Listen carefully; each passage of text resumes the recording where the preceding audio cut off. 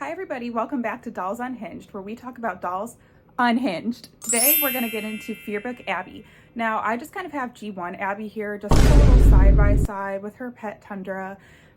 So let's get into it. So here she is. Now I got mine at Target at the same time that I got Miss Venus McFlytrap. Now I already opened Venus because I just could not wait to get into her. So a review of her is coming very soon. But for now, let's just get right into Miss Abbey. Okay, so as you can see, we just have Abbey here and her Fearbook box, and there's something like really super glam about the box. It's pretty basic, what we're used to for our Fearbook packaging.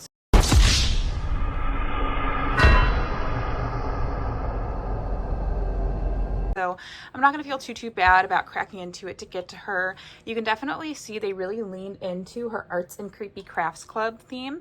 They gave us some crayons, they gave us a paint palette. It looks like a little painting that she did of Tundra here. But what I'm most excited for, a little ice sculpture of Tundra, but what I'm most excited for is this little chainsaw. I'm so excited to get into this little chainsaw that she's going to use to like make her sculpt. It's going to be so good.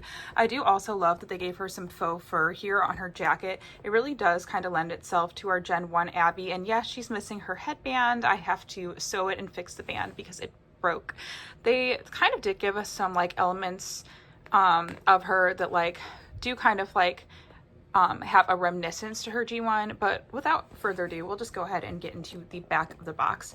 Now, of course, they have Miss Draculaura here, and they have her other Fearbook counterpart, Venus McFlytrap, who I got the same time as I got Abbey. So we'll go ahead and we'll review her in a little bit, but for now, let's just focus on Miss Abbey. I love this full body artwork that we got of her. She's so glam. Something I do love about this Gen 3 iteration is that they gave her the horns, and they really did, and the ears as well, into her sculpt, and they really did lean into her kind of like more monsterish side. So let's get into her.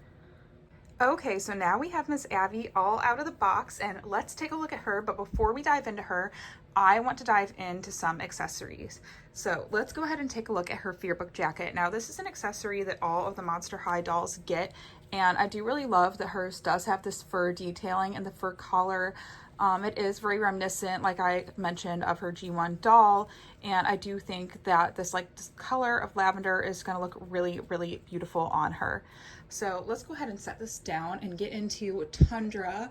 Now Tundra does look a whole lot like the little G1 counterpart. I'll just go ahead and pick him up now and do a little side-by-side comparison. He is a little bit larger, and I do love this kind of glittery material that they've crafted him out of. It is so beautiful, and obviously she made this doing her ice sculpting hobby, which she does by utilizing my favorite accessory from this whole pack, and dare I say the whole Fear Leading line in general, this chainsaw. Oh my goodness, can you see it? It even comes with a little handle. Now, will she be able to hold it? That is yet to be seen.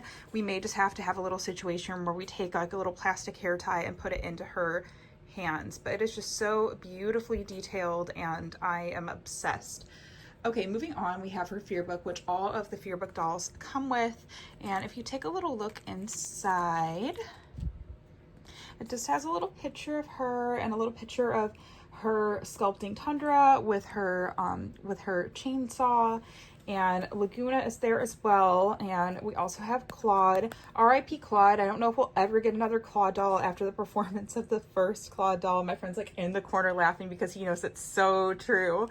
But that's just a little sneak peek of the Arts and Creepy Crafts Club from her Fearbook. So moving on, we have this little drawing that she drew or perhaps painted of Tundra. Tundra is getting all the love. And then we have the little Monster High Skullette paint palette that has like a little hole for her thumb here. So she could be like holding this and posing with this. I think that is just beautiful. So she also comes with this paintbrush, and the paintbrush is like very bendy, very silicone-y, and I do kind of love that. I love that it's not like going to break, and it has a little like thumb hole as well, so she can like allegedly hold this as well. And then last but not least, we have this little pack of these colored pencils that we could presumably like take out and put in like the box, how it folds over. I love the little Monster High Skullette, and then it came with a couple other little colored pencils as well that you can use to just kind of like fill that little box. Now, without further ado, let's get into what we're all here for, Miss Abbey. Okay, now here we have Abbey. Now, something about her, I have her on just like a clear plastic Amazon stand that I stand most of my dolls on. And as you can see, I don't know if you can really see behind her hair, but she's really like pushing it. She's really at the very top of this stand. She's a very tall sculpt, a very tall doll. Your eyebrows, they are like mountain. You are short, like baby. Yeah. This outfit, I think you try much too hard. Which I think is very appropriate for her being like a Himalayan monster. But I just want to let you guys know that she really is, she's pretty tall. She's pretty tall, and you may have to do a little bent knee posing to kind of finagle her onto the stand. More on her body sculpt. Now, she is very similar to the original iteration of the Gen 3 Abbey. We've all noticed that she's gotten her face like yassified, which there's some mixed opinions on. I'm a fan. We do see also that she has like the claw hand sculpt, which I am a big fan of. And as well, she's got her classic little like Himalayan yak ears up here. Himalayan Yeti monster ears. I'm sorry, don't come for me in the comments. You can see she has like a couple pieces that very much correspond to her arts and creepy crafts hobby. She has her little apron here just to like, I suppose, keep her nice dressed, nice and fresh and away from any like paint splatter that might get on it. And she also has some eye protection because safety first. Let's go ahead and take off her little eye mask just so we can get a good look at her face, because she is serving. Oh yeah, I really appreciate that blush. The eyebrow fade is really something. I love her little snowflake freckles. And I love her like little frostbitten nose. That's like such a cute detail. When I first saw the lip color that they chose for this Abbey, I didn't think that it went with everything, but the more I look at it, the more I kind of see it kind of references like the accents of like peachy, pinky in her hair. And it really just ties everything all together very nicely. So all in all, I think she has a very beautiful face, very beautiful mug. She's giving Ice Princess. Did you guys remember from Shark Boy and Lava Girl, the Ice Princess? She's kind of giving those vibes. So let's go ahead and see what she looks like with her cardigan off, and we'll be right back.